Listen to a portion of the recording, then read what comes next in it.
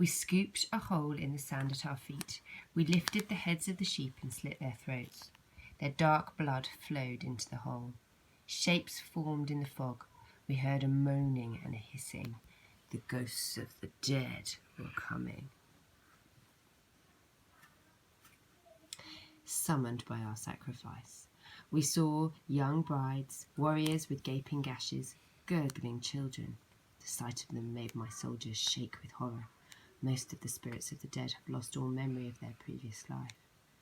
They are stupid, hungry wraiths until they can drink the blood of a mortal sacrifice. They long to remember their lives. Our blood offering was for one of the few who has kept his mind, the blind prophet Tiresias.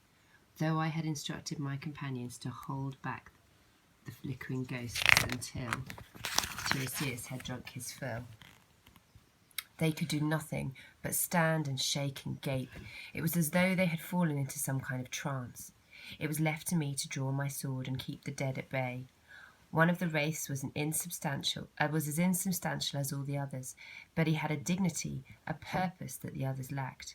Surely this was Tiresias. I guided him with the sound of my voice towards the pool. He cupped his hands and drank. His white eyes twitched in their sockets. What can you see? You are Odysseus. You seek a way back to rocky Ithaca, but it will be hard for you. Poseidon longs to avenge the mutilation of his son, Polynices. There is only one way that you will see the lights of home again. You must learn humility. You must rein in your desires and those of your crew. During your voyage, you will approach an island that will seem to you the perfect place to land.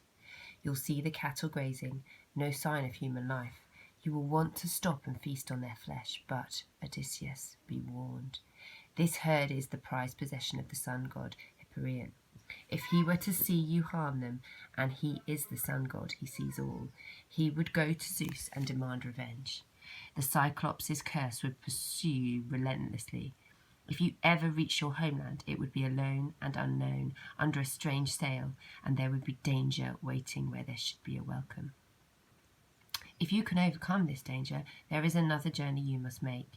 You must put an oar on your shoulder and walk inland, leaving everyone behind, everything everywhere you know. At last you will reach a crossroads. There is a man who will stop you and gaze in wonder at the oar. He will ask you what it is, whether it is some kind of winnowing fan for separating the grain. This is a place where they do not know what an oar is because they do not know what the sea is. This is a place where you truly are nobody. In this place you must plant the blade of the oar in the ground so that the shaft rises up towards the sky. Make a sacrifice to great Poseidon of a ram, a bull, and a breeding boar. Then you will make your peace with him. If you can do all these things, your death will come to you in old age, from the sea, in the veils of sleep, like a long-awaited friend.